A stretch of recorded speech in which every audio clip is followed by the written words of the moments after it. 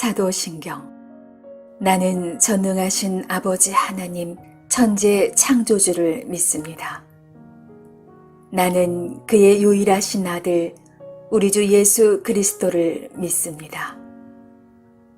그는 성령으로 잉태되어 동정녀 마리아에게서 나시고 본디오 빌라도에게 고난을 받아 십자가에 못 박혀 죽으시고 장사한 지 사흘 만에 죽은 자 가운데서 다시 살아나셨으며 하늘에 오르시어 전능하신 아버지 하나님 우편에 앉아 계시다가 거기로부터 살아있는 자와 죽은 자를 심판하러 오십니다.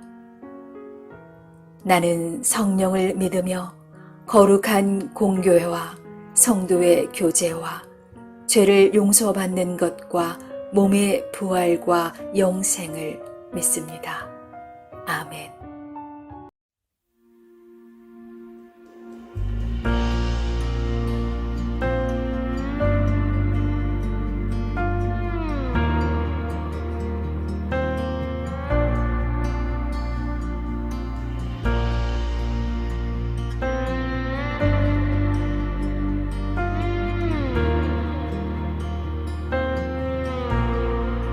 그 크신 하나님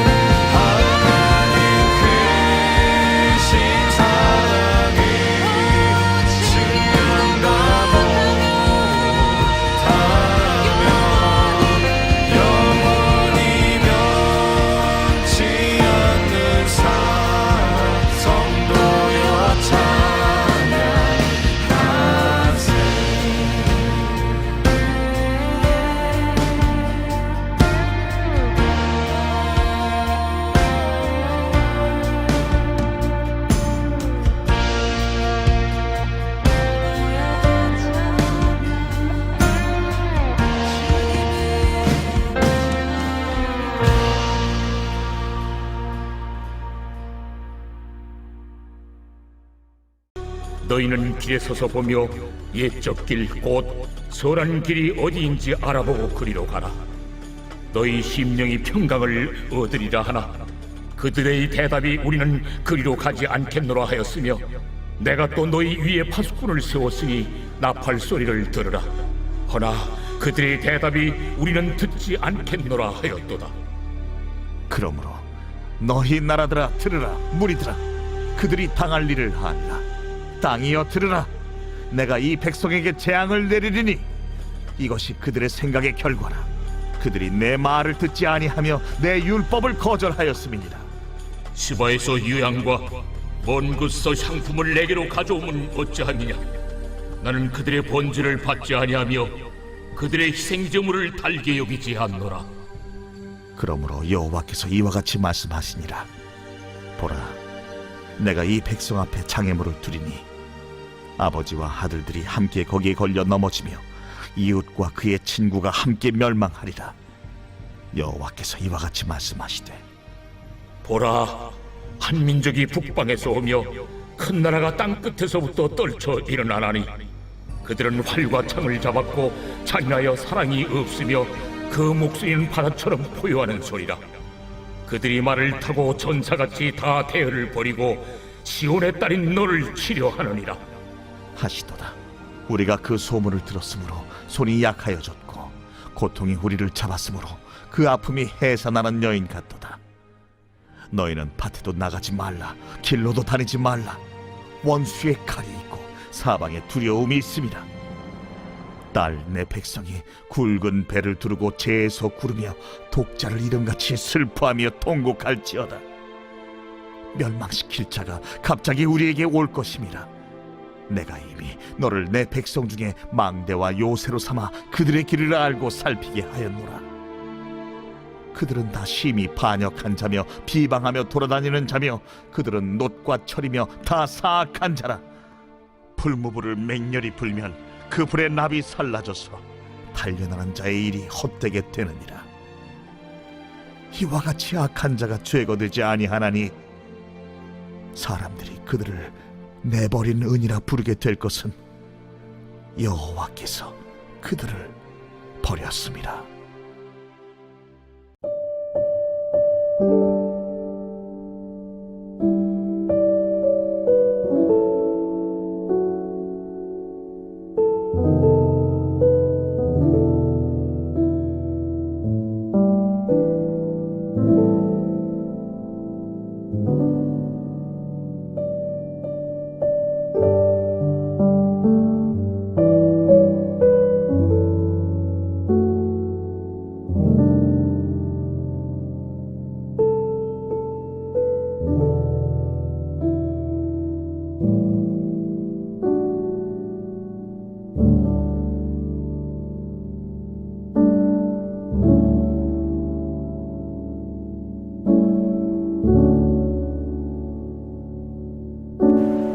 샬롬. 비가 계속되는 이때에 하나님께서 우리를 붙드시고 무탈하게 하시며 또 평안케 하시기를 원합니다.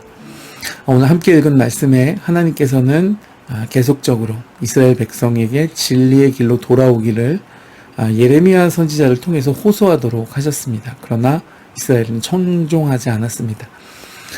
여러분 어떠십니까? 성경을 읽거나 또 하나님 말씀을 들었을 때에 여러분 바로 돌이키십니까? 또는 예배를 통해 또 뭐 찬양을 통해 또 성경 묵상을 통해 은혜를 주시고 감동을 주실 때에 그것을 붙들고 그 즉시로 그 감동에 따르십니까? 오늘 말씀 16절과 17절 후반부를 보면 그들의 대답이 우리는 그리로 가지 않겠노라, 우리는 듣지 않겠노라 라고 말했다 그랬습니다. 여러분 이것이 내 삶에 온전히 순종하지 않는 우리 모습을 투영합니다. 사실 이스라엘이 어리석게 보이는 것 같아도 나 역시 이들의 대답에서 자유롭지 않죠. 특별히 오늘 본문 그 17절을 보면 너희 위에 파수꾼을 세웠으니 그랬습니다. 여기에 파수꾼이라는 말이 원문 성경에 보면 복수형으로 되었습니다. 파수꾼들이라는 뜻이 되어지죠. 그러니까 한 명이 아니라 파수꾼들을 계속해서 세우셨다라는 뜻이 되어집니다. 이 말은 하나님께서 오랫동안 많은 여러 종들을 통해서 이스라엘 백성에게 말씀을 주셔서 깨닫고 돌이킬 수 있는 기회들을 주셨다는 것입니다. 그리고 나팔소리라 그랬는데 이것은 경고의 신호였습니다. 그러나 이스라엘은 계속 이어지는 하나님의 선지자들, 그분의 예언자들 이런 말씀을 듣지 않겠노라. 또 그 나팔소리, 경고의 신호도 듣지 않겠노라. 즉 거부했다는 것입니다. 19절을 보면 이것이 그들의 생각의 결과라 그랬습니다. 그러니까 이스라엘은 도대체 어떤 마음과 어떤 생각을 가지고 살았던 것일까요?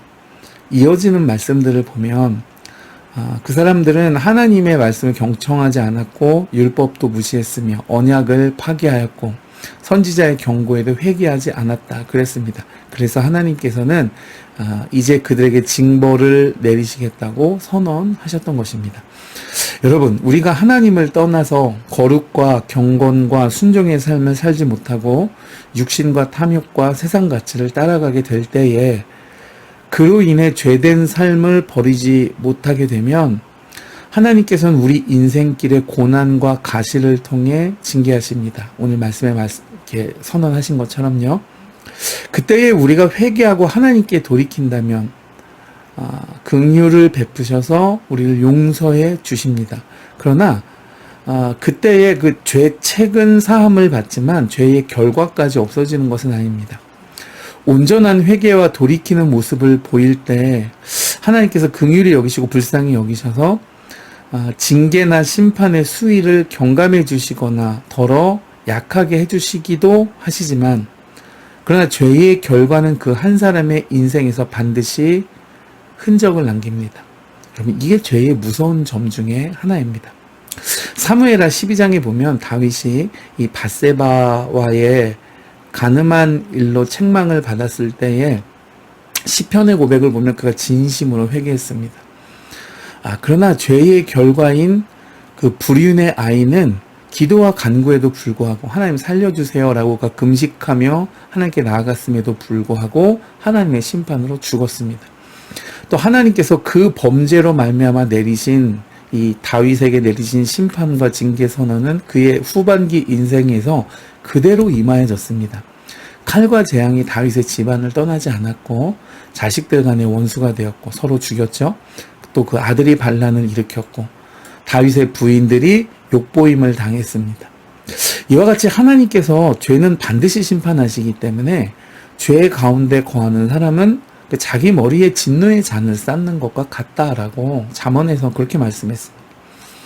여러분, 날마다 잠들기 전에 하루의 삶을 돌아보면서 회개하고 내 심령을 하나님께 향하도록 가꾸고 관리하지 않으면 이와 같이 목이 곧은 백성이 되어서 이 예레미야 선지자가 말해도 난 그 길을 가지 않겠노라 라고 거부했다 그랬죠.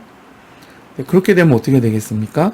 하나님께서 그들에게 징계의 심판 선언을 하심에도 이스라엘이 돌이키지 않았고 그 심판과 징계는 그대로 임하였던 것처럼 또 다윗의 실수가 하나님께서 그를 용서해 주셨지만 그 죄의 결과는 그의 인생에 임했던 것처럼 고단한 인생길을 걸어갈 수밖에 없다는 사실을 오늘 말씀을 통해서 반드시 기억하실 수 있기를 주님의 이름으로 축복해 드립니다. 오늘 말씀 20절 후반부에 보면 하나님께서는 이스라엘이 바치는 값진 향료와 온갖 재물이 하나님의 마음에 들지 않는다고 말씀하셨습니다. 그것은 무엇이냐? 그러니까 그들이 제의적으로만 하나님을 섬겼지 삶에서 참다운 순종을 이루지 않았다는 말씀이었습니다. 그러면 가증하겠죠? 진심이 결여된 그런 섬김을 받는 것은 전혀 기쁘지 않을 것입니다. 하나님은 참다운 순종을 원하십니다. 그러나 이스라엘은 선지자의 외침에도 귀를 막고 하나님의 율법도 지키지 않았습니다. 사랑과 의의를 삶에서 실천하지도 않았습니다. 하나님은 값싼 제사가 아니라 온전하고 진실된 섬김과 충성과 하나님을 사랑하는 삶을 원하신다라고 말씀하시고 있습니다. 사랑하는 여러분, 야고보 사도가 행함이 없는 믿음은 죽은 것이 아니냐라고 선언한 것처럼 마음이 결여된 신앙은 껍데기에 불과한 것입니다. 나는 그들의 번제를 받지 아니하며 그들의 희생 제물을 달게 여기지 아니하노라. 오늘 하나님께서 이스라엘 백성에게 예레미야 선지자를 통하여 대언하게 하신 말씀입니다. 오늘 하루 진실된 삶의 순종과 마음의 예배로 하나님께 나아가실 수 있는 복된 성도 되실 수 있기를 주님의 이름으로 축복해 드립니다.